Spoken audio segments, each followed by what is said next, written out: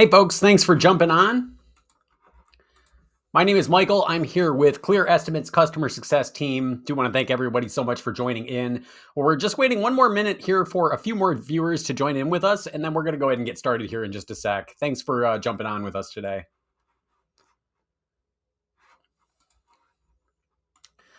While we're waiting, there should be a chat feature over on the right side of your screen. Feel free to enter in your name there. Might make you enter in your name in order to participate in the chat, but then once you do so, just feel free to use that chat messenger today. Send in any questions that you have. We're going to try to get to as many of those as we can as we go along, and we may have a dedicated Q&A right at the end for anything still outstanding. And like I said, you might need to enter in your name there to see that chat messenger. But then as we go along today, just feel free to add in any questions that come to mind. And we're going to try to get to as many of those as we can. I'm also going to be sharing a link at the end of the presentation if you do want to set up a one-on-one call with us as well. That's included in your subscription as well as your trial.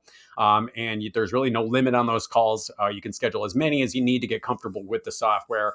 So I'll share a link right here at the end if you would like to set up a one-on-one call here with our team as well. But the idea today is just to give you a thorough walkthrough of Clear Estimates.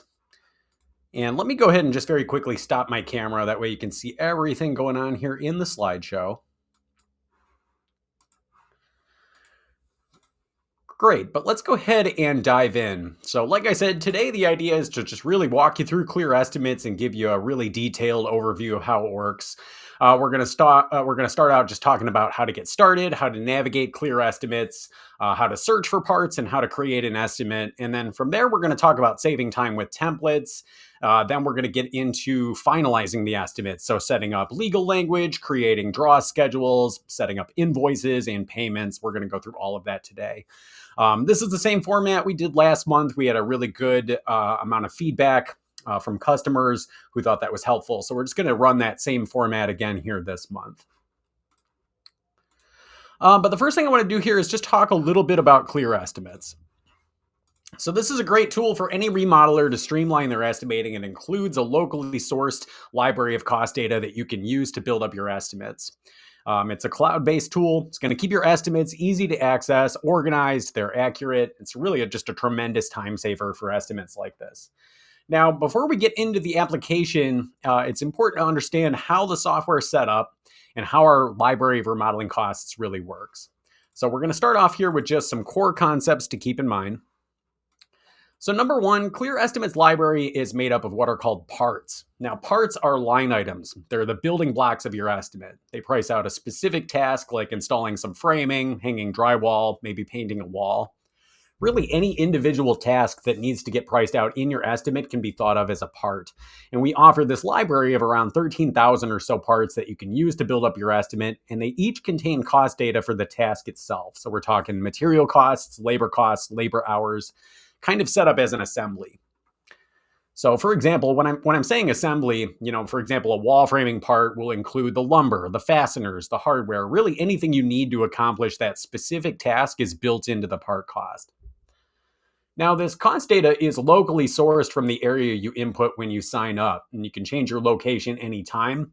I'm going to show you how to do that here in a little bit, but we survey a wide variety of suppliers to come up with average unit costs for each area. Now, the pricing doesn't come from any one specific suppliers. It's really more of an average seen across all suppliers per zip code or per region. Now, like I said, you can adjust your location anytime if you needed to estimate in different cities or states, and I'm going to show you how to do that here in a bit. But Clear Estimates also comes with over 300 pre-built templates. Now, templates are a list of parts. They're designed to save you time, so this way we're not searching for parts one by one, we're not forgetting anything we commonly need.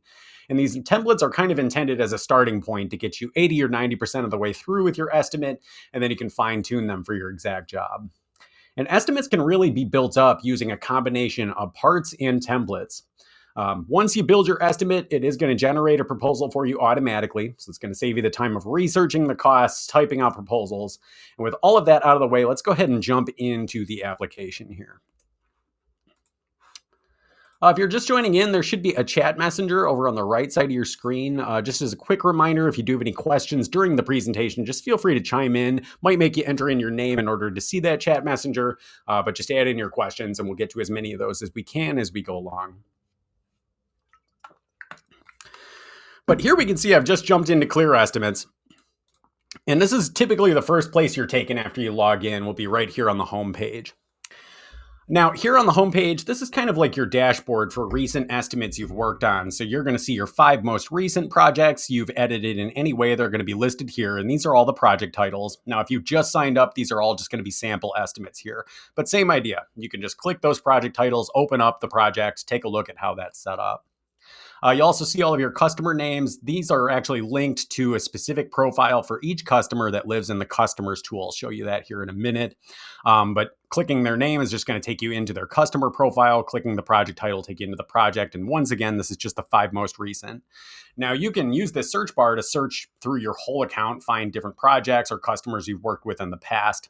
And then all of your customers in the projects for each are also going to be stored in the customers tool. Now here on the homepage, you'll see a quick crash course on Clear Estimates over here on the right side. And this is also where we can start a new project. Now, before we do that, I do want to just give you a little bit of a tour of Clear Estimates, show you where everything is and what everything does, just so you know what you're looking at here. So like we said, we're here on the homepage, just explain this to you. Just to the right of that is going to be the customers tool. And this is where you're going to find all of the customers you've added to Clear Estimates and the projects for each. So each customer is going to have their own card here, which you can click. It's going to open up their profile. Here's John Smith. And then you can see all of the projects for that specific customer listed down here. So here we just see this guest bedroom. You can click these cards to open it up. So your full backlog of customers and projects is always found here in Customers tool. I'm going to head back to home. This projects page, we're going to be spending most of the presentation on this projects page. This is also where you're going to spend most of your time in Clear Estimates. This is where we build the estimate, kind of manage the estimate while it's underway. And reports tool is where we can export different styles of proposals. This is also where we can set up contract language for our reports. This is also where we can set up invoices, payments. We're going to spend some time in there today as well. Now this tools drop down, this is all of your account level settings. So part library, this is where you're going to manage the source of truth for all of the part information in your library. So this is where you can make permanent edits to the part costs we provide you. This is also where you could build up your own catalog of parts that are really custom to your business. You can do that in the part library. Template library is where you manage template settings. So not where you'd build an estimate, but where you'd really just kind of manage the defaults for the templates or build your own templates that kind of live in your account. So for example, you could take one of the Clear Estimates templates, make a copy of it, add some more parts, maybe customize some of the parts that are within our template and have your own unique copy. That's something you could do in the in the template library here. Update pricing location. This is where you can change your location for material costs. So if I click update pricing location, we can see I'm set up in Ann Arbor, Michigan.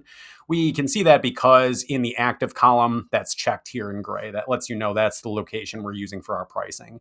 If I wanted to add in a different location and estimate in a different area, I can do that just by clicking add location right here. And then I can search by zip or I can search by city. You know, if I type in 48188, it's going to show me Livonia pricing. I could easily just add that into my list here. And then the last step here would just be to refresh to Livonia by clicking this blue button here. This would sync my library with Livonia costs if I needed to do an estimate in Livonia. And if I needed to switch back to Ann Arbor, I can do that just like that. So you can always do that once again from tools, update pricing location right down here. My mouse will behave, it's right here. Now, options tool, this is where you're going to manage all of your account settings, subscription settings, default report settings. All of that takes place in options, and I'll show you that here in a little bit. There's also a support drop down up here. This is just this question mark. This is where you'll find the Help Center tutorial videos. If you wanted to register for the next live training webinar, you can do that here. This is also where you'll find our feature request tool. And what's new, this is all just going to be news about recent updates, features we've released. If we've released a price update, you'd be able to see news about that right up in there as well. And that's once again in the support drop down right down here at the bottom. The bell icon is just notifications for emails you've sent. If your customer opens the proposal, if your email provider sends back that status, you'd be able to see that here and see all of the attached files for each. And lastly, in your email, this is where you could manage your subscription settings, change your password, invite additional users if you are a pro account, and so on. All right, so with all of that out of the way, let's go ahead and start setting up a project. So here on the homepage, this is where I can set up a new estimate. I'm just going to go ahead and click New Project right here. Now, when I click that, it's going to pull up this little modal where it's going to ask us details about the customer. First name, last name, email, and it's going to use their email address to send them the proposal once the estimate's done. Title and description. So I'm just going to set up kind of a dummy customer for us here today. I'm going to call this demo, and we'll just put in kind of a dummy email for him today, just so that it allows us to continue it as required. And then we're just going to call this guest bedroom and bath remodel. Project description field, this gives you just an opportunity to add in a little more detail about the estimate. You know, if I wanted to say something like 100 square foot guest bedroom, you know, laminate flooring or something like that, I could plug that in here. In this case, I'll just make them the same, but just wanted to point out where that is. Great, so I'm going to click continue. Now, the first thing Clear Estimates is going to do is it's going to ask us a question. It's going to say, will this project contain multiple components? So what does that mean? So in Clear Estimates, a component is an organizational feature. It allows you to organize the proposal by room or by phase of the job. So, you know, maybe you have a couple of different bedrooms you're remodeling. Maybe it's a kitchen and bath combo. You can actually have sections of the estimate for each scope of work with a subtotal for each. So I could have, you know, bedroom 1 subtotal, bedroom 2 subtotal, and list those line items according to that. So that's what components will do for you. We can set this up ahead of time if we want to just create the sections right off the bat. But to keep it simple, I'm going to say no for now, because we can always add these in later. And I'll show you this feature here in a little bit. So I'm going to click continue. And that's going to take us to the projects page, which, like I said, is where you spend most of your time in Clear Estimates. This is where all of the estimating takes place. It's where you're going to manage the estimate while it's underway. And before we start building, or really just showing you the process for building an estimate, I'm going to give you just a quick tour of this whole page, since, like I said, this is where you spend most of your time in Clear Estimates. So it's important to know where everything is. So up here in the top left, we can always edit our project title. We can always see which project is open here because it'll have it up here in bold text. But if we wanted to edit that project title, we can do that right up here in the top left. We can also click our customer name if we wanted to go into their profile and make any changes there as far as their contact info, what appears at the top of the proposal. And we can also edit our description just by hitting this pencil right here. Top right, we're going to see a couple of different tools related to the estimate. The most important of which is this eyeball right here, View Report, because this is how we'll actually preview the proposal before we send it out to our homeowner. We can just click that View Report eyeball, print a PDF, and that's going to show us a preview of what's going to get sent. Now, once that looks good, we can send it to our customer just by clicking Send to Customer, Send Report to Customer. This is also where you'll find activity history. This is just email history that you've sent out. Export project, this is more internal reports of the project details. So it's a lot more of a detailed breakdown of the estimate, typically for your own records keeping or internal use. But in some cases, you might use this for an insurance company who tends to ask for a little more of a comprehensive breakdown. So you can print all of the estimate details to PDF, Word, or Excel here. This is also, if you're a pro user, where you can export to Buildertrend, or any user can interface with QuickBooks down here as well. More drop down, this is going to be even more tools for the project. So duplicate projects, super handy feature, especially if you're doing a lot of similar jobs. Why build the same estimate twice when you can just make a copy of the estimate, change a few things, and have it out the door in much less time. We can archive projects when we're done with them. And we can also save projects, completed projects, as templates for future use as well. So super handy feature there as well. There's also shortcuts here if we wanted to very quickly create an invoice or view invoices. I'm going to get into that a little later. This is also, let's say if we had an older estimate and we wanted to refresh the pricing on it to sync it with the most recent update, we can always open up the project, go into the More dropdown, and click Refresh Prices to sync with the most recent update. Now, just below all of that is what I like to call the Project Parts search interface. And this is basically just all of the different tools you can use to add costs into your estimate.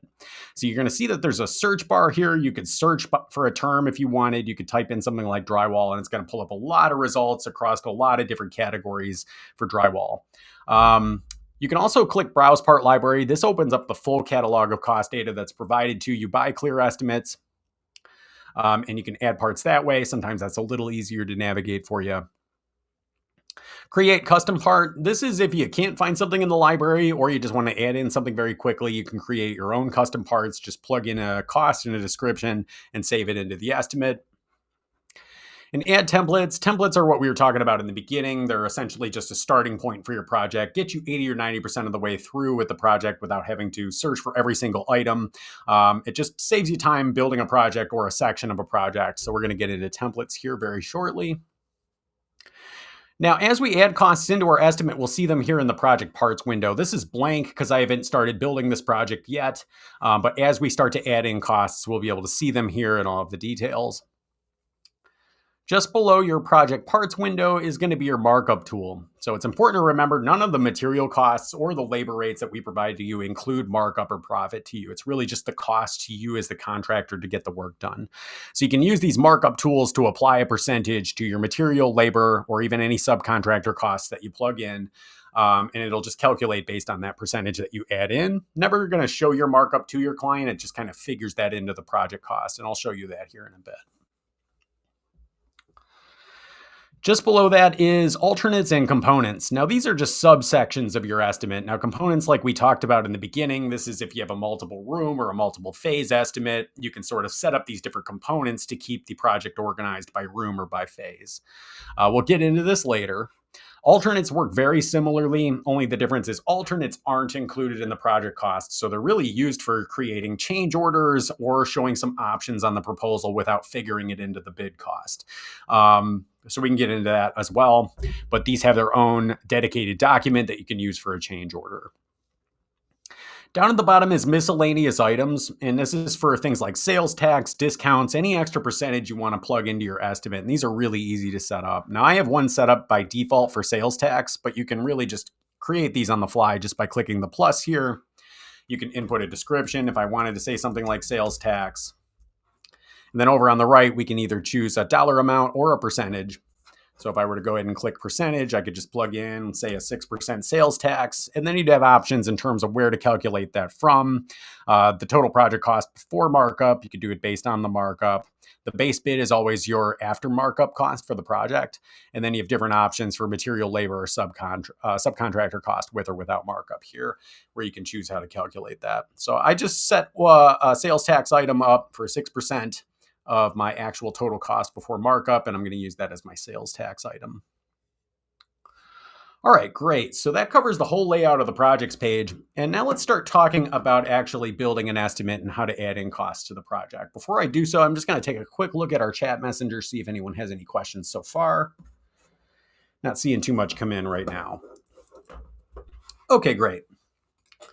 So like I said, when we want to start adding parts into our estimate, we can do that up here using the search bar or by clicking Browse Part Library. Now you can search for a term here. So if I were to type in something like drywall, it's going to show me a lot of different parts across a lot of different categories. Really anything in our library related to drywall, it's going to show us here. Since you're looking at about 13,000 line items, there's going to be drywall in a lot of different categories. So what I'd recommend if you're just getting started is start by clicking Browse Part Library, because this is how you can kind of navigate through the library of cost data in a little more of an efficient way here. So if I click Browse Part Library, you'll see it's going to pull up this window. And it's going to have some suggested searches for you down here, popular parts. You can kind of just ignore all of this at the bottom and really just focus on these category dropdowns right up here at the top. So everything in Clear Estimates is organized by category. So when we click this dropdown, we'll see all of the cost codes or cost categories that are built into Clear Estimates. So we're going to see it's kind of roughly chronological to the way you'd be thinking about the work in the actual project, right? So we're starting off with project prep. Then there's going to be a whole bunch of different cost categories dedicated to demolition, for framing or systems or concrete demo. A little further down, we're going to get into the building portions like concrete and masonry and framing. Further down, we'll find things like roofing and gutters, windows, skylights, decks and porches, trim work, siding work, categories for plumbing costs. So you can see there's tons built in and ready to go. So here's how this works. So if I were to go, let's say I wanted to price out some wall framing. So if I go ahead and click 10 wall framing here, This is going to show me all of the wall framing costs that are built into Clear Estimates. And you can see that there's a lot of information here. And what we're seeing is all of the parts that are built into the wall framing category. So we're seeing the part description here. This is the actual description of the scope of work. In the middle, we'll see the category information where the part lives in the library.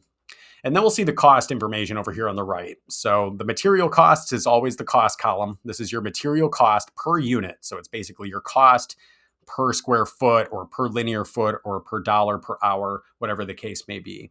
So this is going to be our material cost. And then in hours per unit, we can see labor hours. This lets us know that labor is built into the part as well. So that's how you can kind of quickly preview that. Now we're looking at tons and tons of parts in wall framing, and you might be thinking to yourself, well, I don't want to scroll through all this. And you actually don't have to, because you can use these other drop downs to get more specific. So if I'm in wall framing, maybe I just want to take a look at wood wall framing costs. I can sort by wood wall framing, sheathing, columns, knee wall, furring. So if I go ahead and grab 10 wall framing, and then a lot of times we can use these part groups to drill down even further. So maybe I just want to see 2x4 wall framing. I can go ahead and narrow my search. And now I'm just looking at a handful of items for 2x4 wall framing here. And here's how this works. So let's say I wanted to choose one of these items and add it to my estimate. So maybe I want to install 2x4 16-inch on center wood frame wall up to 8 feet tall. I'm going to go ahead and click this part here with my mouse. And this is going to pull up this part preview where we can plug in our quantity. And that's really what Clear Estimates needs when you're pricing out parts, is just to know how much of everything you need. So in this case, let's just say, for example, this was an 8x10 wall area, just a small area of wall, and we just plug in 80 square feet. So we'd be plugging in the wall area here. This is going to price out 80 square feet of wall framing, pre-markup, pre-tax, and we're going to see the material and labor costs over here. So really, when you're estimating, all you really need to do is choose the item you need, plug in the quantity, and then add the part into your estimate like that. So on a very basic level, you can just sort of click a part, plug in your quantity, and add the part to the job. But there's a lot more we can do here too. So let's go through another example. Maybe I wanted to price out some drywall. Now, keep in mind, when we're surfing through these categories here, we can just very easily filter. So I know all of my wall drywall is in the coverings categories. So if I type in coverings, I can just quickly find wall coverings. Maybe I just want to quickly pull up some drywall. And then keep in mind, after you do this, if you've selected some categories, you can then click into this search bar and just say, I just want to see 1/2 inch. And then we're only seeing 1/2 inch costs here. So that search bar works, I would say, a lot better once you've actually chosen a category and then you just filter using a search term. And that works a lot better than just doing a general library-wide search. But let's just say I wanted some standard drywall here. And let's go ahead and click this one, 1/2 inch drywall taped and finished over 300 square feet. So when I click into the part, we're looking at this preview. Now, of course, I could just plug in a quantity, add it to my estimate, and call it a day. But if we wanted to make any customizations to the part, we can do that right here on a per project basis. Anything we're doing in this window in the projects page is specific to this estimate only. So it gives you a lot of flexibility with the part cost description. If you did want to make any adjustments, you could do so and then add the part to your estimate. To that end, I'm going to kind of go through this whole adjust part tool with you, tell you what everything is and what everything does. So up here is the description for the part. Now, this is kind of an internal Clear Estimates part description. It's what you see in your search. It's built to fit into the search module. So there's a character limit up here. I think it's 255 characters. But this is kind of just your description for the item in the software. What your customer sees and what prints on your reports is actually going to be all the way down here under report text at the bottom. And you'll see that there's 3 different text boxes here under report text. Now, what these are the different styles of proposals that you can print from any one estimate. All of the proposal text is already built into all of our parts, which means that you can build an estimate once and then immediately export 3 different styles of proposals. Preliminary proposal is generally just a little more brief. It doesn't include as much detail. Usually I see this used for kind of an initial walkthrough estimate. Maybe you're just kind of going through the homeowner's home. You want to give them a rough estimate, not really the formal quote, is typically what the preliminary is used for. So we see it doesn't have as much detail. Subcontractor proposal is a scope of work for a sub. So it's the same as the kind of default output, only it doesn't include a project cost. This way your sub could give you a price to do the job. So you can also export that style, and I'll show you these in a bit. But most commonly you use the formal proposal. So when we're clicking that eyeball on the projects page and we're previewing our proposal, we're seeing the formal proposal. That's also what gets sent from the send to customer tool here. So most of the time, if you're going to be adjusting item text on one of your proposals, you'll just want to do it here in the formal box. You can just kind of click into here and make any adjustments to the description. There's no character limit. It even supports line breaks. So if I wanted to do something like put in a note for my customer, you could do that here and actually have a line break in there. So there's no character limit. You can really adjust this text however you want. And these insert buttons will just insert various information about the part, the quantity, the unit type, or the part description from up here at the top. Going back up here to the top, we can start looking at this cost calculation section. And this is how we could customize the costs for these items as we're adding them into the project. Now, first of all, you're going to see unit type here. So out of the box, you're going to get a unit type associated with each part. So for example, this 1/2-inch drywall part, we're getting 58 cents per square foot from Clear Estimates. So the unit type's kind of hard-coded. This isn't a conversion calculator where I could convert this to a linear foot cost. You'll see the cost stays the same. So what it is out of the box is just kind of what it is. But if you wanted to customize this part to a linear foot cost for drywall, for example, you could click that linear foot unit type and then just change your material cost per linear foot to however you want to price that. But just wanted to give you a quick overview here. Piece is kind of your catch-all for anything not priced by square foot, linear foot, cubic yards. This is common for things like doors, windows, anything you just need one of or a fixed amount of. You'll see those parts set up with piece. Square foot is common for drywall, flooring, roofing. Linear foot, you'll see this used for things like baseboard, anything that goes around the perimeter of a space. Cubic yards, you'll see this used for things like debris removal, earthworks, any kind of hauling, often use cubic yards. Dollars and hours are just older unit types. Don't see these used too much anymore, but it's just a simple amount of dollars for material or a number of hours for labor. But all of that said, you can sort of customize how you're pricing out the part up here using the unit types if you want. And then we get into the cost calculators for the part. So we see that for this part, we have 58 cents cost per square foot for material. So we can see that each of these cost types has their own dedicated calculator right here. Here's our material calculation. Here's our labor calculation. So here we have 58 cents per square foot. That's getting multiplied by our square footage. That comes up with our material cost. This multiplier, generally, you just leave this at 1. I would ignore this. What this is for is if you ever wanted to add an extra percentage to your material cost. Maybe I want to tack on 20%. I could change this to 1.2, for example. But for the most part, you can just ignore that multiplier and really just focus on your cost per square foot, which you can adjust here if you ever needed. Now for labor, most of our parts use what's called hours per unit. And what this is labor hours per square foot of the part. So it's basically saying you got 0.029 labor hours per square foot of this part. So it's going to take this number here. It's going to multiply that by your square footage and then again by your labor rate right down here.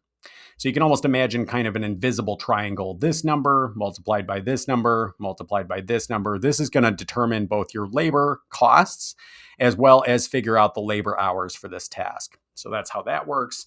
Now, if I wanted to adjust my hours per unit, if I think it's going to take me a little more time, I can always click into here and make quick adjustments. We can also change the labor rate. If we click this little drop down here in the labor calculator, we can choose a different labor rate from our account. They're all stored in the options tool, and I can show you that in a bit. There's other ways we can price out labor too. If we don't want to set it up that way, we can click this drop down here. And let's say maybe we had a cost per square foot for labor we wanted to charge without using a labor rate. We could use dollar per unit, so very similar to material. Maybe we just say, we want $3 per square foot for labor. We can adjust that here and really just kind of fine tune it for the way we want it priced. We can also just plug in a lump sum. Keep in mind you could do this for material as well. This is if you just want a flat cost for labor or for material or sub. And it's basically you just get to define what that value is. So if I plug in $500 as a lump sum, this is just going to be kind of a flat 500. It's not going to change if I increase the part quantity. It's not going to do anything if I adjust the labor rate. It's just going to stay $500. So this is a way you can kind of plug in a flat cost for your labor. Or if you just wanted to multiply a number of hours by a labor rate, you can use hours. This ignores the part quantity, just multiplies your number of hours by your labor rate. So you can see you can really fine tune that in a number of different ways depending on how you want to price the part. Now, none of our costs are set up out of the box as subcontractor costs, since all of our part costs include no markup. None of the profit is built into it, versus a sub, when they give you a price to do the job, it's always going to include their markup. So there is an optional subcontractor cost. If I wanted to uncheck the in-house labor or material or both and plug in a subcontractor cost, I'd be able to do that just by enabling the subcontractor cost here. And you can either plug it in if you know what their unit cost is. You could plug it in as dollar per square foot or dollar per linear foot, whatever the case may be. More commonly with a sub, they're just going to give you a total cost. So I would just recommend just grab lump sum. You can plug in what their price is to do the job. You can just plug that in as your subcontractor cost, and then we'd be able to mark up that subcontractor cost later. So that gives you a quick overview of the Adjust Part tool, how you can really fine-tune parts. Regardless of where you are in the software, the part settings are all going to look the same. So you can always make these adjustments in these windows right here in the project. And if we were to add this part into our estimate, we can always open these parts here. We can see what we've done so far. We added these two parts into the estimate, one for the wood frame wall, one for the drywall. And if we ever wanted to, we can make quick adjustments on the fly. If I wanted to change the part quantity very quickly, I can do that. Or if I wanted to do something like open up the part and see those same calculators again, we just hit the pencil over here on the right side. That's going to open that tool right back up if you wanted to continue to make any adjustments or any edits here. A lot of these columns are also clickable, so you can make kind of on-the-fly changes to your labor or material costs here as well. Same thing with the part category. If you wanted to make a per project change to the part category, you could do that by clicking the part category here. Great. So let me just check in with the audience, see if we have any questions so far. Ian Florence says, can you show how to save a project as a template? Absolutely. So I'll do this one. We've just added these two parts into the project, but if I wanted to save this as a template, it doesn't matter how many parts are in the project, you'd always be able to do that. So what you do is you're going to come up here to the More dropdown, and then you'll see Save Project as Template right here. And that's going to pull up this modal where we can save the project as a template. So the first thing you'd want to do here is just title the template. I'm just going to leave it guest bedroom and bath remodel. But you can make any adjustments there. You can also choose what template category that's going to go into. For those of you who haven't seen templates yet, I'm going to explain templates in just a minute, and this will make a lot more sense at that time. But just to quickly just answer Florence's question, I'll walk you through this modal. And what a template is for anyone who's just getting started, it's just a starting point for an estimate. It's designed to make it so you can add a group of parts into a project rather than add parts one by one, and it avoids forgetting anything you commonly need. So what we're doing right now is I'm just showing how to save this project as a template for future use if we wanted. So after we select what category we want to put the template in, then we have choices in terms of which parts we want to add. So in this case, we just have main project parts, but if we had parts in components or alternates, we'd be able to select the second option here. And that would just basically have a long list of all of the parts in all of the different sections of our estimate, because templates don't have their own components or sections. It's just a list of parts. So depending on how you want that saved, you'd make your selection here. Then we would click Next, and then it's going to ask us some questions. So it's going to say, how do you want to handle parts in the project that have been modified from their original part library settings? So why this is important is because the templates never look at a project when they're trying to figure out what part settings to use. They're always looking at your part library's default settings. So what can happen is, let's say we've added some parts into this estimate and made some changes to them. Maybe I opened up one of those parts, I changed the description, or in this case, I used a subcontractor cost for that half-inch drywall part. So what it's saying is you have two choices here. We can either ignore the changes we made in the estimate and reference the default part library item. So ignore what changes we made to that part in the project and just use the default. Or we can add new parts into the library using the settings from the part in the project. So I'll do that option just so you can see what that looks like. And then you can choose how you want to set up the quantities in the template. It's always going to be just a fixed number of units based on your selection. If you wanted to convert it to an advanced template that calculates the way ours do, you can do that after it's saved. But by default, it's just going to save it as fixed number of quantity for each part. So we could set this to the quantity from the project. We could set it as quantity 0 or 1.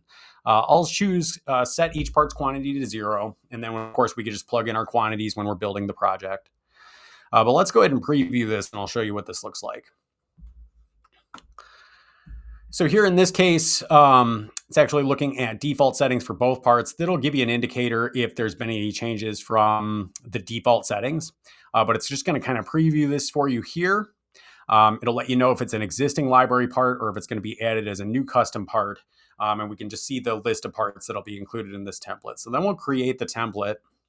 This is going to take us into our templates tool. That's going to be in Tools, Template Library. And this is where we could continue to make adjustments to the part. If I wanted to add any quantity formulas, I can open up the parts here and say, you know what, I want this to be units per piece of 1, maybe for each square foot I add for the template. Maybe I'm setting up a wall framing template. We could make it 1-to-1, where if we add in the template quantity of 100, it would be 100 square feet of wall framing. Or set it up as a fixed number of units, or add one piece every X square feet, every X pieces of the template, regardless of what that is. But by default, it would just save it as a simple template with just quantity 0. And then we could go into the project here, click Add Template. We can go into our custom templates where we saved this.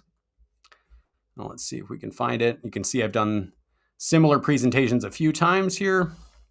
But here's that template we just created. And then from here, you could just plug in your quantities. Maybe I need 100 square feet of the wall framing. Maybe I need 300 square feet of the wall drywall.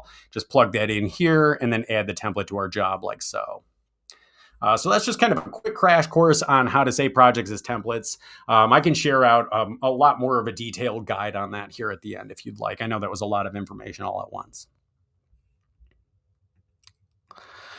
But since we're talking about templates, let's go ahead and start talking about building a project using templates. So we kind of walked through the part library and how to browse for parts one by one. What I'm going to do is I'm going to select all of my parts here in the project. Keep in mind, you can always do that just by clicking the top checkbox. This is going to select everything. And you can do bulk actions in this actions dropdown. We can move parts to different sections, copy them, or just delete them in bulk, which is what I'm going to do right now. And let's go ahead and start talking about templates a little bit here. So like we were saying in the beginning, a template is just a starting point for your estimate. It's designed to get you 80 to 90% of the way through with an estimate or section of an estimate, and then we can fine tune it for what our job needs. Now we've got about 300 or so pre-built templates for common remodels.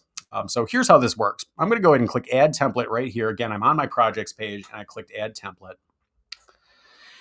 And similar to the parts, the templates, they're also categorized. So you can use this category dropdown to select a specific category of templates. So we have templates for additions, bathrooms, demolition, decking, kitchens, floor systems, garages, and plenty of different types of room remodels. So let's go ahead and grab one of these templates here. Let's go ahead and grab room remodels bedroom. And then once we select the category, then we need to use this middle dropdown to select a specific template. So we see we have better remodel templates in different flooring types for ceramic flooring, laminate flooring, pre-finished wood flooring, and what have you. So let's go ahead and grab one of these templates. Let's just say bathroom remodel. We'll do laminate flooring average. Now, when I click the template, you can kind of get an idea what the template is here. So we can see all of the parts that are built into this template. And what it is it's just a list of suggested parts that are commonly seen in this kind of a bedroom remodel. And it's going to try to cover as much ground as possible. So we're seeing part costs, plenty of different demolition costs for things like removing trim, removing drywall, removing doors, strip flooring, and what have you. Further down, there's electrical costs built into this template, drywall costs for ceilings and walls, things like doors, things like painting and trim, flooring materials, all kind of built into the template. Now, you do want to think about this as a starting point. Obviously, we're going to be fine tuning this a little bit just to match what our job scope actually needs. But what's cool about the Clear Estimates templates is that they've already got quantity formulas in here for each of these parts. So when we were saving the project as a simple template, it doesn't have those yet, but all of our templates do. So what that means is that there's formulas built into each of these parts that tie back to this overall template quantity right up here at the top. So what this allows you to do as an estimator is just plug in the footprint of this bedroom. So let's say it was just, for example, it was a 100 square foot bedroom.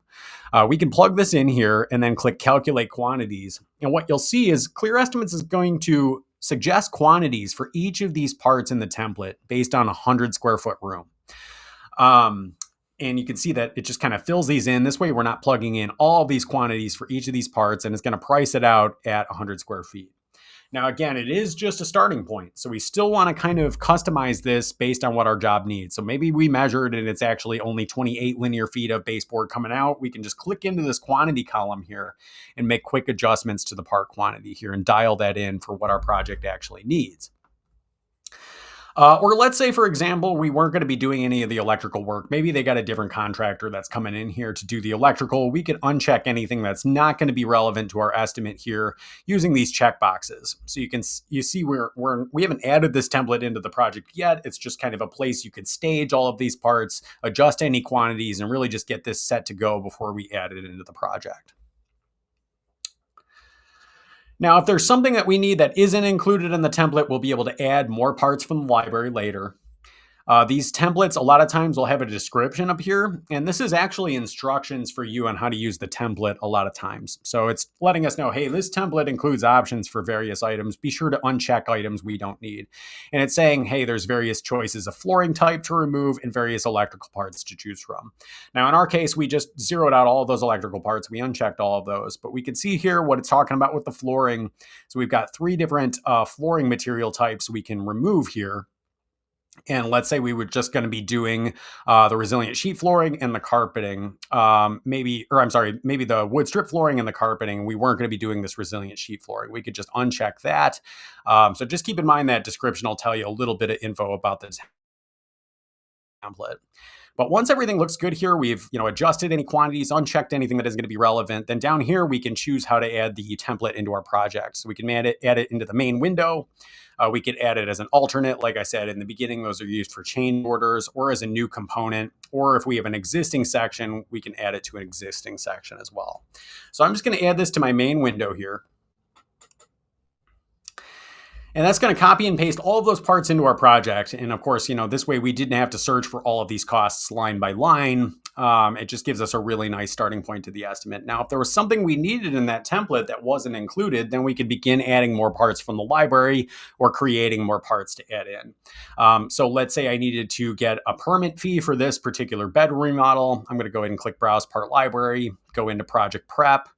I'm going to pull up my building permit fees here. I would choose the fee I want to add in. Quantity 1 should do it for us. Add that in. Maybe there were some other like temporary needs. Maybe we wanted a portable toilet for the crew or something here. We can just begin adding in anything remaining that we still need to add into the project. Same idea here. Maybe we needed to rent a dumpster. I could go into finalization. Very quickly, just find some debris removal and plug in something like debris removal charge.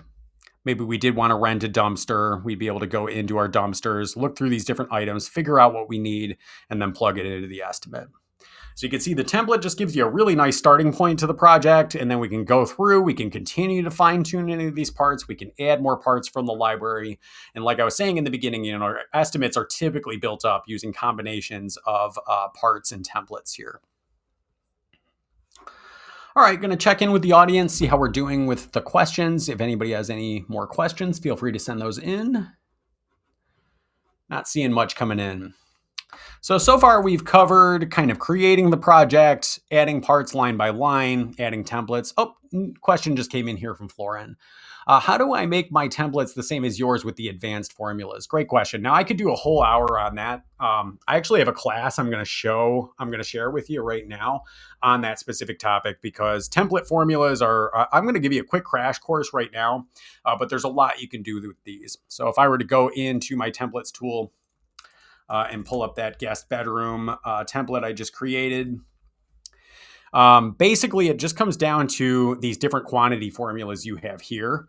And you have 3 options for each part in the template: fixed number of units, units per piece, and add 1 unit every X pieces. Now, what I would do when you're creating an advanced template, the first thing you want to do is change the unit type. So maybe I wanted to calculate this based on a total square footage like that template we were just using. I can go ahead and change that unit type to square feet. And now we can see we have fixed number of units, units per square feet, or add 1 unit every X square feet. So for each of the parts, you would just plug in a formula. So let's say we were looking at this wood wall framing item. Maybe for each square foot of the room, I want to add in something like 2.4 square feet of wall framing. And it's all just based on a formula. Now, in that class, I'm going to share with you, it kind of breaks down how to arrive at these formulas, but I'll just show you where you would plug these in. So maybe for each square foot of the room, I want to add 2.4 square feet of wall area drywall. I could set this up as units per square feet and then save it, and then it would calculate accordingly. Maybe for the drywall, I have a fixed number of units, so I always want it to be 300 square feet. I could change this to 300. A lot of times this is, for things like toilets or doors where you would just have one fixed number of units, but you do have that option as well. Or add 1 unit of the part every X square feet. So maybe, for every 20 square feet of this template, I wanted to add 1 square feet of drywall for some reason. We could set that up like this. So those are the 3 quantity formulas you can use. And it's just based on how much of everything you're going to need per square foot of the template. Now you can always reference our templates. They already got these formulas built into them. So this will give you a really good idea of how to price your own. But we can see all of these different formulas in use here. And really quickly, let me just pull up a resource I can share in the chat with you on template formulas. Perfect. So here's one on template formula examples. And I did this one about a year ago. And we actually used some sets of plans to come up with these formulas. And I think this will make a lot more sense for you. So let me go ahead and just share this in the chat messenger. Should see that coming in right there. Template formula examples. That's from a previous webinar we did all about templates. It'll have a link to that webinar in there as well. But you should see that in the chat messenger now. That'll give you a really good, really detailed explainer. For the sake of time, I'm not going to go into too much detail on that, but you can certainly reference that. That's available for you anytime.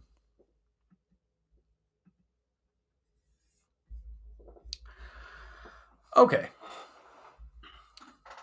So where were we? So we just kind of wrapped up talking about adding parts, adding templates into the project. So now that we've added a whole bunch of parts into this project, we can kind of see what's going on with the cost summary for the project here. So we can see the actual total cost before markup here. That's our total line here in white. With the gray background, you'll see the dollar amount of markup here. So this is the dollar amount of markup that's included. This is basically our profit. And then we see the actual total job cost for the customer. So it never shows our markups to our customer. It's just going to roll that into the total project cost. And we can always adjust these markups down here in the markup section. Let's say if I wanted to bump up my material markup, maybe reduce my labor markup, we can always do that right here. So let's say, for example, we built out this entire guest bedroom estimate, and they also want a bath remodel attached. So now I'm going to start talking about components. And components are a way you can just add in different sections of the estimate or really organize the estimate by room or by phase. So let's say we wanted to add in a guest bathroom component. So what we can do, we can create a component just by clicking the plus here. And then we can title it. Now we can see we're still in this same estimate. So we're still in our guest bedroom and bath remodel estimate, but now we're in a brand new section of this estimate. We can see that it just says new component right here. So here's where I could title it, guest bath. And we can always see that we're in a component. This just lets us know we're in a component up here at the top. If we ever want to exit the component, we can go back to main project here. But outside of that, you're going to see it looks exactly the same as the main projects page. We have the same search bar. We have the same browse part library, add template options. So let's just go ahead and just add in one of the bathroom templates just to fill in this component and give you an idea what this will look like. So I would just grab one of these templates, let's say bathroom remodel average grade. Maybe it's a 60 square foot, just a little bathroom here, and calculate. Of course, in real life, we'd want to review these quantities, make any adjustments, uncheck anything we didn't need. And then down here, it already knows we're in this guest bath component. So it's already got that selected for us, and we'll add that in. Really quick, I haven't covered how to create custom parts. Maybe we'll want to add it in some kind of an extra cost for this guest bath. Maybe there's a delivery charge for some of the fixtures or something that we're using, and we just wanted to add in something very quickly. We could just do that here, plug in a material or a labor cost and save it. So let's just say it was $100 in labor and save the part. You'd also have the standard mode. This just gives you the full suite of calculators if you just want to build the part from scratch. I just wanted to show you that very quickly. But now we've added in, some parts and templates into this guest bath section of this project. And if we go back to main project, let's very quickly just take a look at the proposal so you can see what this does on the proposal. So I'm going to go view report and print to PDF. And this is going to pull up the document that we're actually going to be sharing with the client here.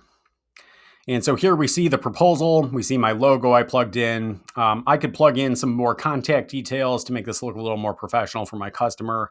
It's going to show my contact info as well as my customers here at the top. Here's a paragraph of legal language. I'm going to show you where to customize this in a minute. But then we get into the actual estimate. So we can see it's already populated all of this text. We didn't look up any of these costs. We didn't type out any of this. It just automatically populates this. But we can see we're starting off with our guest bath component. Then it's going to show us all the line items specific to the guest bath. So that's what we're seeing here. And then we've got a subtotal for the guest bath. Below that, it's going to get into the remainder of the project. So you can imagine you could set up your whole project with components. We could have a section for the bedroom, a section for the bath, and have a subtotal for each. In this case, I didn't use a component for the bedroom portion. I just kind of plug that into the main project, and you'll always see that listed as general project contents. And here is all of the line items specific to that phase and a subtotal for each. Down below, it's going to show our project cost, itemize our sales tax, and show the total project cost at the end of the day here. So just wanted to give you an idea of what components will do. This is what they'll do. They'll kind of organize the project by room or phase here.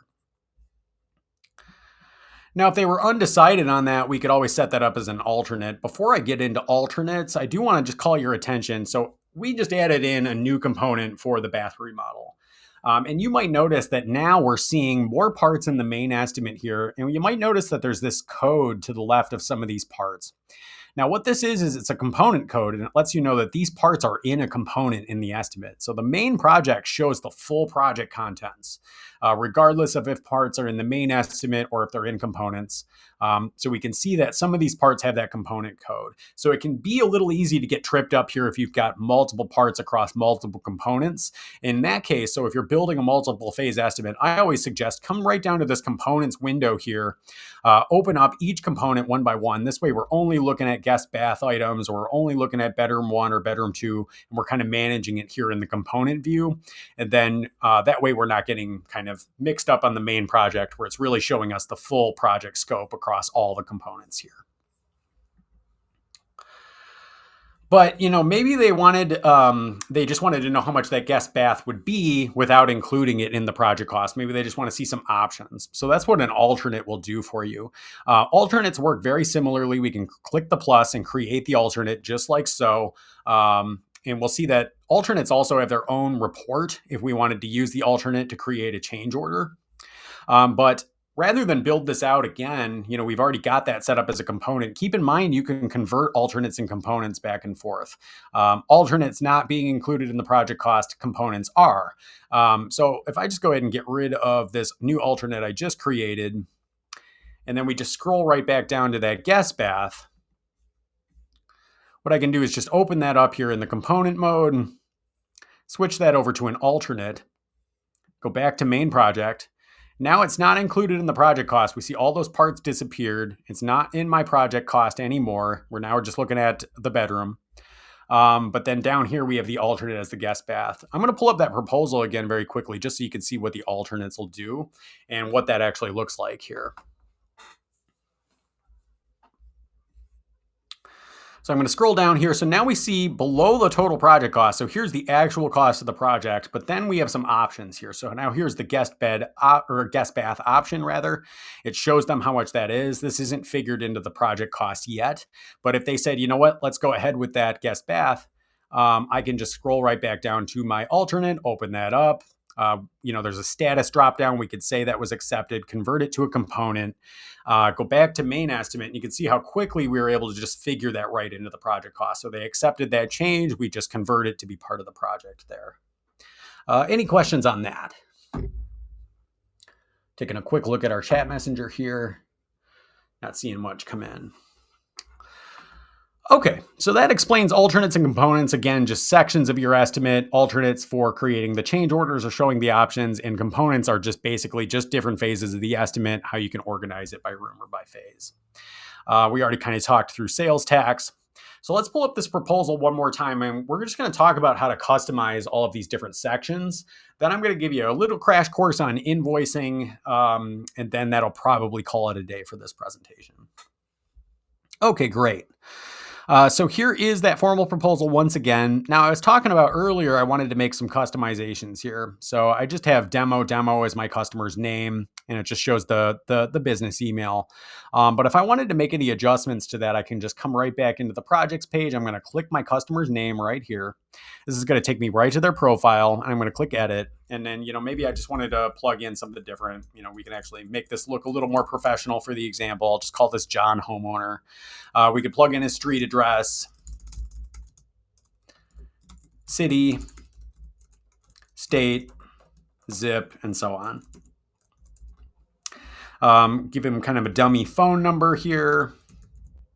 And then keep in mind, you can add in, let's say your customer lives at a different address, or maybe you're working with an investor or somebody like this. You want to have more than one contact info. You can add multiple addresses. You can add multiple phones or even multiple emails into that contact info here.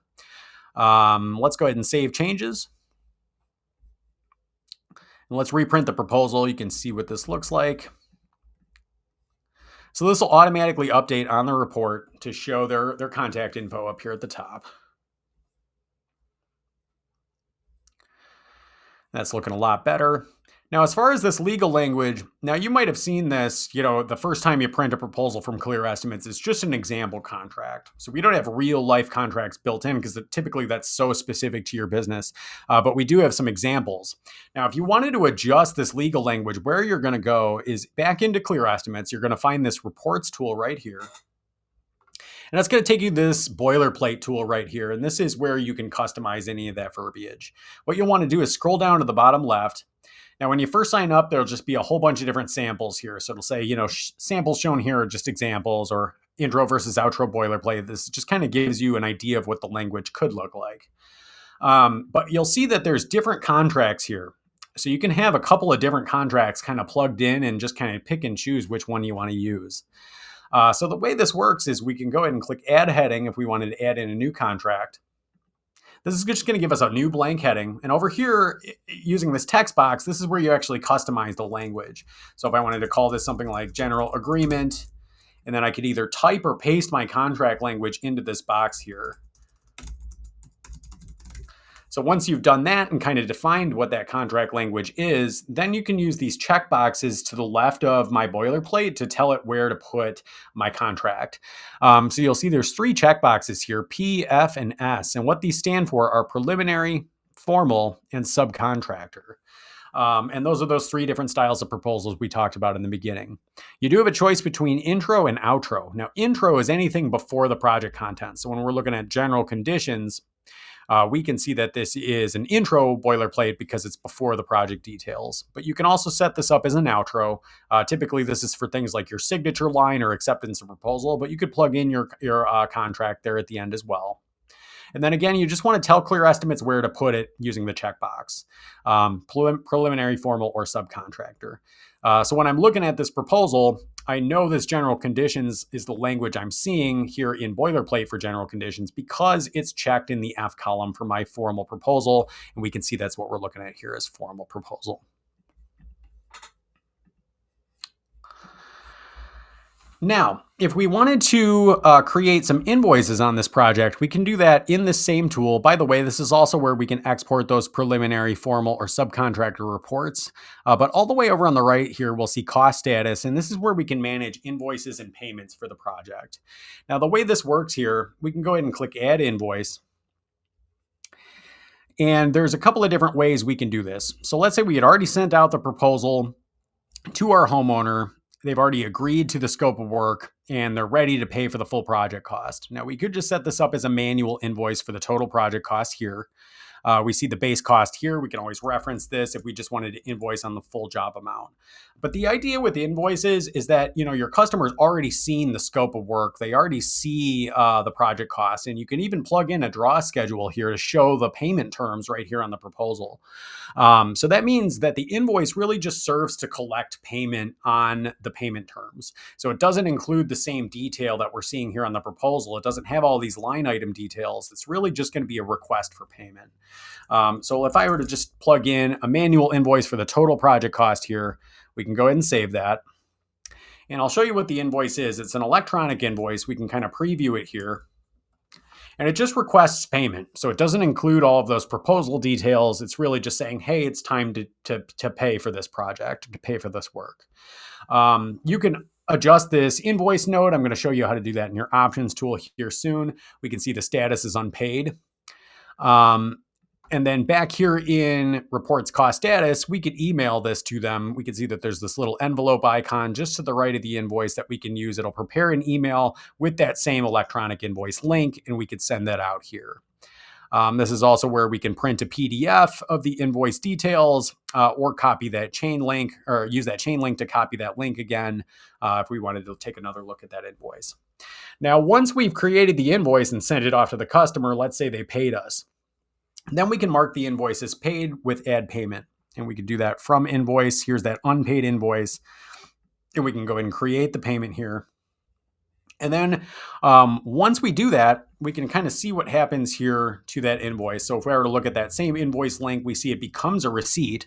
So it's got payment received, status is paid. They can download a PDF if they need a receipt right here from the electronic invoice.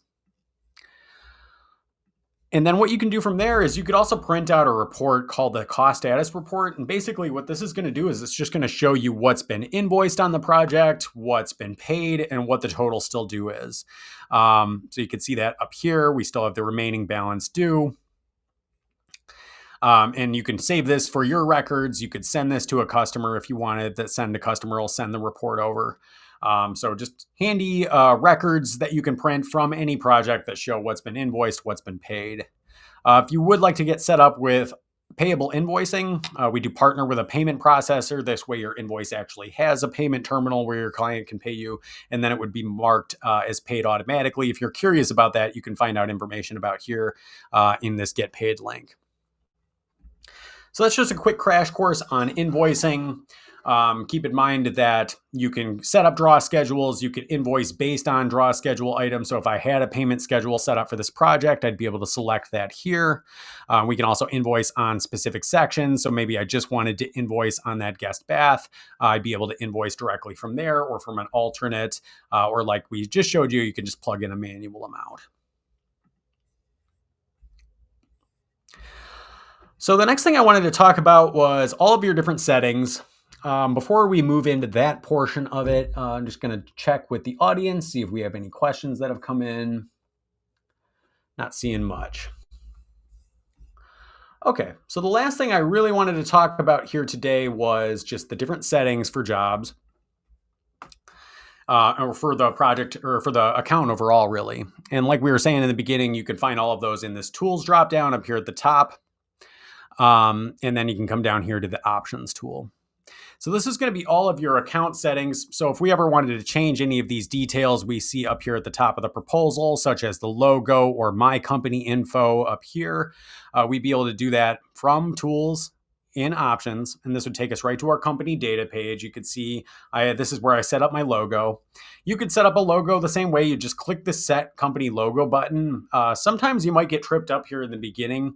After you select your company logo, it's just going to kind of stage it here. As you'll see, it kind of looks like a little document, and then you just need to scroll down to the very bottom right and click save, and that'll finish importing the logo. So just always remember that third step is to click save if you're ever getting tripped up with the logo. Usually that's what the issue is.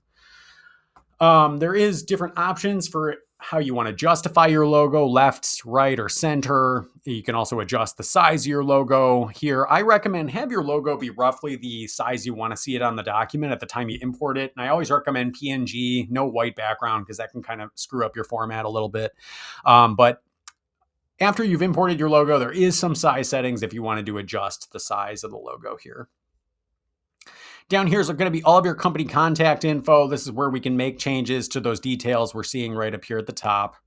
We can change any of these details here. You can add in additional phones, additional emails. If you want a social media handle or something, this other field is a great opportunity to plug in something like that. And then just make sure to click save here after any changes we make. We have a quick question coming in here from Florin. Do you have the option for e-signature requests on the proposals when we send it to customers? Can we add that when sending? Great question. So e-signature, we do not have a built-in e-signature flow at the moment, but that is our most requested feature, and we're trying to have that rolled out by the end of the year. A lot of development is going into that. It's a very big update. You may have noticed that this bell icon showed up recently, and this is actually part of the early restructuring for electronic signature. This way you'll get notifications when a document's been signed, or if it's, they've not accepted the agreement, you'd get notifications up here. So we're currently doing some restructuring on our end to make e-signature possible. So we're hoping to have that pretty well underway within the next few months here. What I do see a lot of customers do is use an external PDF editor like Adobe Sign or DocuSign. Since you can save these proposals as a PDF, you could kind of feed it into Adobe Sign or DocuSign and get it signed that way. But like I said, that's probably our most requested feature. You can always vote on that up here in the support dropdown. Go to feature requests. This will take you into the feature request tool where you can, we kind of crowdsource the development. So it's all based on votes. You can see what's trending and what the most requested is. Here you can see it's e-signature, and you can vote on these different features here. This is also where you can request features. Always just take a look, see if somebody's already requested it first, since those votes count so much. So but just to kind of summarize that, yes, we will be adding in an electronic acceptance flow. We just don't have that available just yet. Going to head back into options tool. One thing I didn't cover was the labor rate editor. This is how you can adjust all of those default labor rates. You'll also see suggested rates for your location up here at the top. So this is just a table of the suggested rates. And then down below, we see the actual rates that are in use by each of our different parts here. When you first sign up, it's going to just preload the suggested rates into your rate column, but you can always make adjustments here. So let's say, if I paid a truck driver $30 an hour, I could just click into this rate column, plug in a different rate, and save changes here. And since these are all tied back to all of the parts in our library, it'll just automatically update any of those rates in those parts. So you can kind of globally adjust labor rates right here in the labor rate editor. One thing to keep in mind, all of these rates are tied to parts in your library, so never delete these rates because that can seriously cause some issues in your parts. So instead, just click into these rate columns.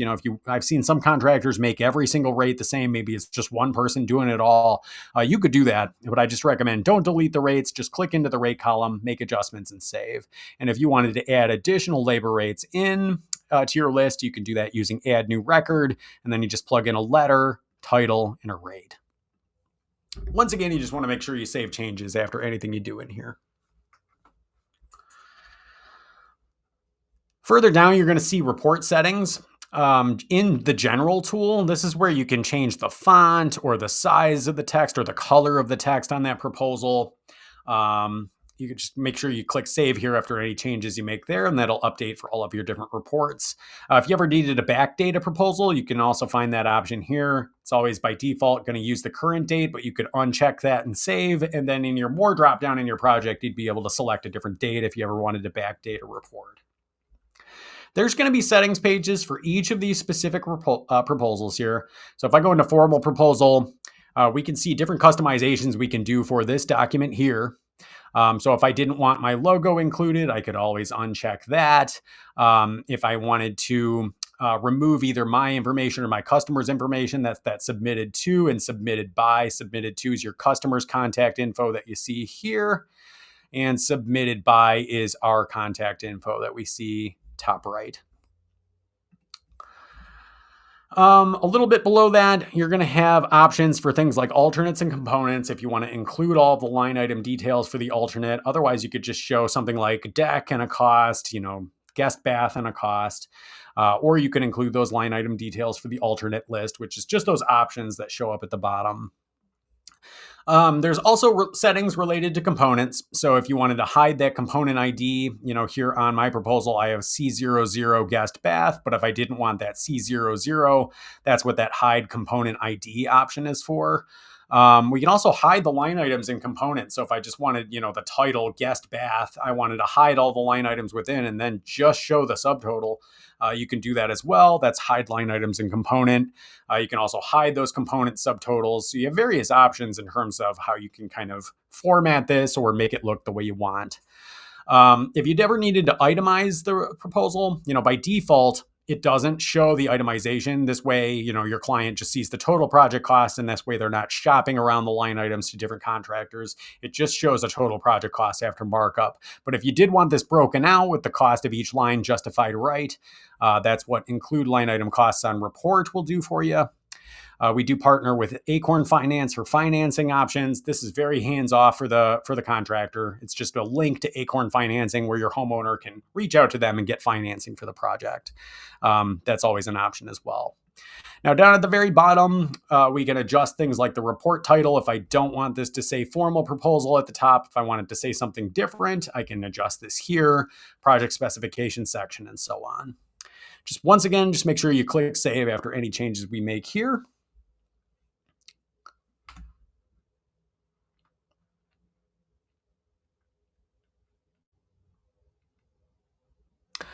And I have a question that just came in from Florin. We have a pro account and export estimates to Buildertrend. Can I get a list of cost idea from you that I can import in Buildertrend and make sure everything aligns with Buildertrend? Certainly. As far as Buildertrend is concerned, my understanding is that there's always going to be a mapping step. So even if you do have different cost categories and clear estimates, it'll allow you to map those to your cost codes in Buildertrend.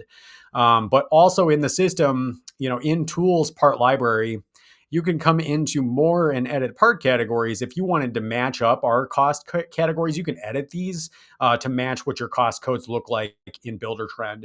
And then on the Buildertrend side, even if the cost codes are the same as they are in clear estimates, and I can send you a list of all of our cost categories if you want to import that into Buildertrend, I can do that when we're done here. But my understanding is it's still going to have this mapping step where it's going to map all of your cost codes from clear estimates to what you have in Buildertrend. Regardless, I'll still send you that list here as soon as we're done. Actually, I might be able to pull that up for you very quickly. Let me just see if I've got that somewhere. I can give that to you quick.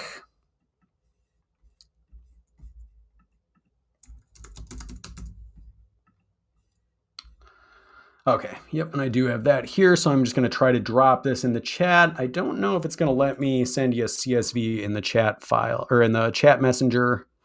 Actually, it doesn't look like it's going to. But Florian, I will send you that here in a bit.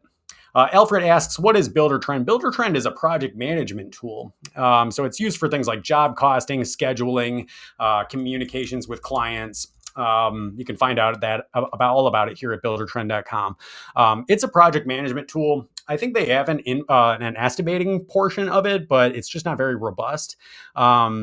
Versus our software, which just doesn't have much for project management. So the benefit of the integration, if you are a Buildertrend user, is that you can export your full estimate details from Clear Estimates to Buildertrend and then import it in there. And yes, Flora and I can do that certainly. So it's a project management tool that you can use. You can take our estimate, put it into Buildertrend, and then manage the project from there.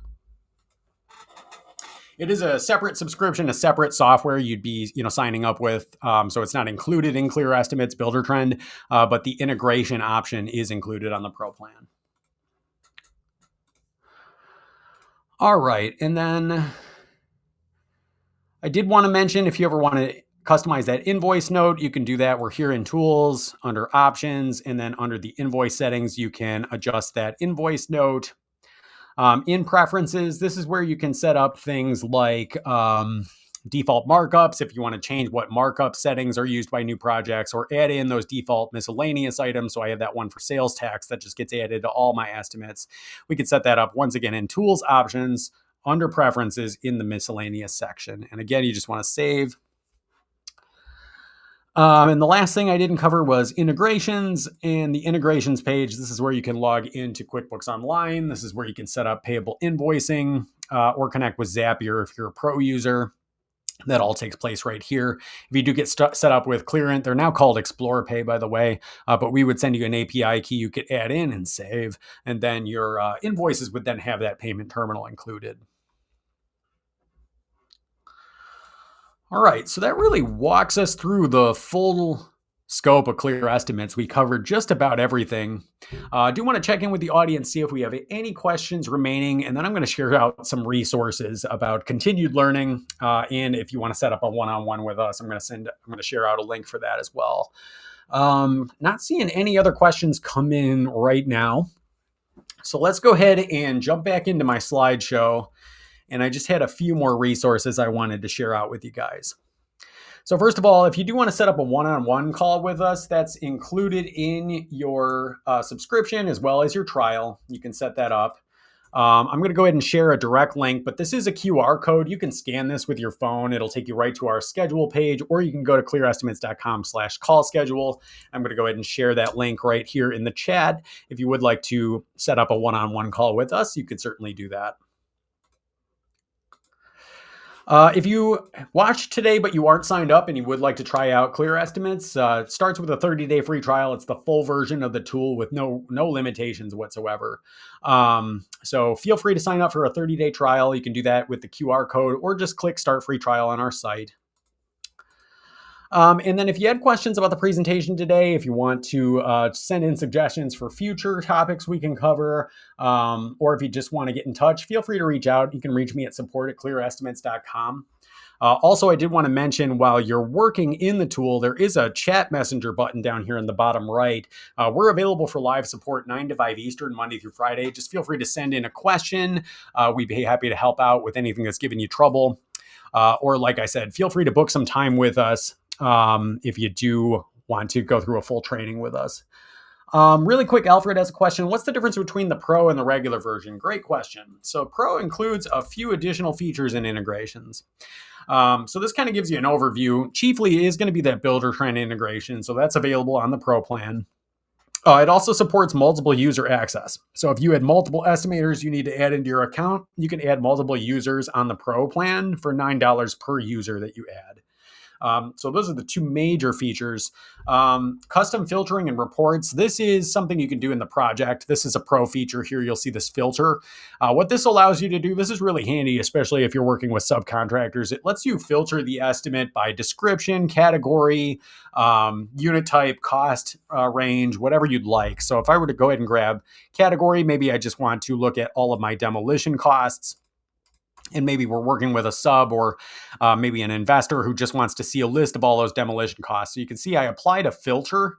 So now we're just seeing it's filtered by demolition costs. And then what we can do is we can print a report of just the demolition costs here. So now we have this special filter, parts only. This is going to print out a breakdown of just those demolition costs. So it's a way you can sort of create these custom reports just of specific information from your estimate that gives the totals for those. So that's one of the things that's available on Pro, is that project parts filter. Another thing that's available in Pro is property data from Atom. What this looks like is if we go into our customers tool here, and let's go into, Yeah, so here we have an address. We plugged in this address, and then there's just an example of the kind of details that you would get from Atom data. And it's just reference information for you. It's going to give you the lot size, market value of the home, number of bedrooms. So this is just reference info that would live for the address in your customer's tool. That's another thing that's available on Pro. The last thing I would point out about Pro is that there's some library customization you can do. So when we're surfing through the library, I click Project Prep and then I look at building permit fees and then maybe just building permit fees by themselves. When you're customizing Clear Estimates library, you can customize these main categories on any plan option. But on the Pro plan, you'd also be able to adjust these subcategories and part groups. So this is really handy if you're building up your own custom library. You'd have a little more flexibility with that on the Pro plan. So you can see it's just a few different integrations. We do also interface with Zapier if you wanted to sync with CRM. That's available on Pro Plan as well. Zapier is a free service that just connects different softwares together through an API. We do have a Zapier integration on Pro as well. So you can always see this in clearestimates.com/pricing. And then you can kind of see that there's standard plan at 79, Pro plan at 119, but we do have annual plans. It's just an annual billing. You're billed once per year, but there is a discount built into it. So it takes it down to around 59 per month for the standard. Once again, billed once per year.